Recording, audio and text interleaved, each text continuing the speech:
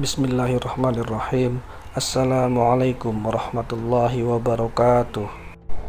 Syukur alhamdulillah kita berjumpa lagi di channel At-Tazi. Semoga sahabat semuanya sehat selalu, dilapangkan rezekinya, diampuni dosa-dosanya, dan senantiasa dilindungi Allah Subhanahu wa Ta'ala. Amin ya rabbal alamin. Salawat dan salam semoga tercurah kepada Nabi Agung Muhammad Sallallahu Alaihi Wasallam yang kita nanti-nantikan syafaatnya di yaumil qiyamah. Sebelum melanjutkan, dengan kerendahan hati saya mengajak sahabat semuanya untuk mendukung channel ini dengan menekan tombol subscribe, like, dan share ke orang terdekat agar mendapat juga manfaatnya. Terima kasih. Sahabat beriman yang dirahmati Allah, kematian merupakan perkara gaib yang tidak diketahui oleh siapapun. Namun Allah Subhanahu wa Ta'ala telah menjamin bahwa setiap jiwa yang ada dalam genggamannya pasti akan menjumpai kematian. Dalam surat Al-Ankabut ayat 57, Allah Subhanahu wa Ta'ala berfirman, "Tiap-tiap yang berjiwa akan merasakan mati, kemudian hanyalah kepada Kami kamu dikembalikan."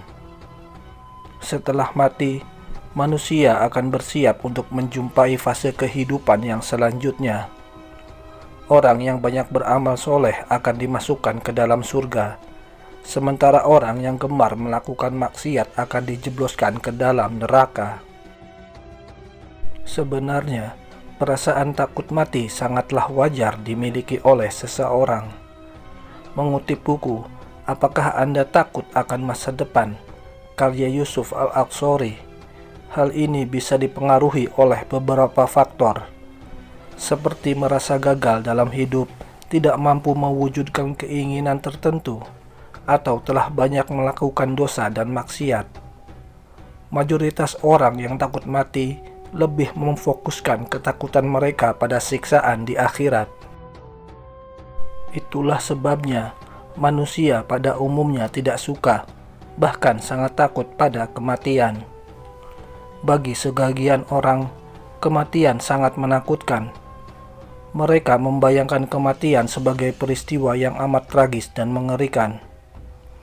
Padahal kematian itu tidak jauh berbeda dengan tidur. Kedua hal itu hanya berbeda tipis saja. Kalau orang yang mati, berarti dia tidur tidak bangun lagi. Tapi kalau orang yang tidur, dia mati tapi bangun lagi. Perbedaannya hanya itu. Sebagaimana diterangkan dalam surat Az-Zumar ayat 42 yang artinya, Allah memegang jiwa orang ketika matinya dan memegang jiwa orang yang belum mati di waktu tidurnya. Maka dia tahanlah jiwa orang yang telah dia tetapkan kematiannya, dan dia melepaskan jiwa yang lain sampai waktu yang ditetapkan. Sesungguhnya pada yang demikian itu terdapat tanda-tanda kekuasaan Allah bagi kaum yang berfikir. Dalam buku Mizan Al-A'mal, Imam Ghazali menjelaskan beberapa alasan mengapa manusia takut terhadap kematian. Pertama, karena ia ingin bersenang-senang dan menikmati hidup ini lebih lama lagi. Kedua, ia tidak siap berpisah dengan orang-orang yang dicintai, termasuk harta dan kekayaannya yang selama ini dikumpulkannya dengan susah payah. Ketiga, karena ia tidak tahu keadaan mati nanti seperti apa. Keempat, karena ia takut pada dosa-dosa yang selama ini ia lakukan. Padahal dalam Al-Quran telah dikatakan bahwa umat muslim sebaiknya tidak perlu takut dengan kematian, karena semuanya telah ditentukan oleh Allah Subhanahu wa Ta'ala dalam Lahul Mahfuz. Allah Subhanahu wa Ta'ala berfirman, "Dialah yang menciptakan kamu dari tanah, sesudah itu ditentukannya ajal kematianmu, dan ada lagi suatu ajal yang ada pada sisinya yang dia sendirilah mengetahuinya. Kemudian kamu masih ragu-ragu tentang berbangkit itu." Quran Surat Al-An'am ayat 2. Sahabat beriman, menurut Imam Ghazali lagi, manusia takut karena ia tidak pernah ingat kematian dan tidak mempersiapkan diri dengan baik dalam menyambut kematiannya. Manusia biasanya ingat kematian hanya kalau tiba-tiba ada jenazah lewat di depannya.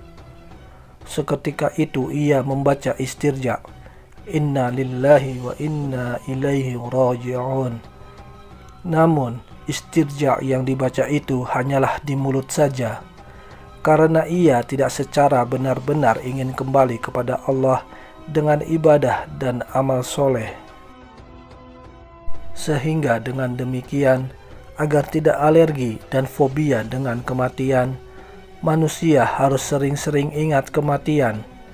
Sebagaimana sabda Rasulullah SAW, "Perbanyaklah olehmu mengingat kematian, si penghancur segala kesenangan duniawi."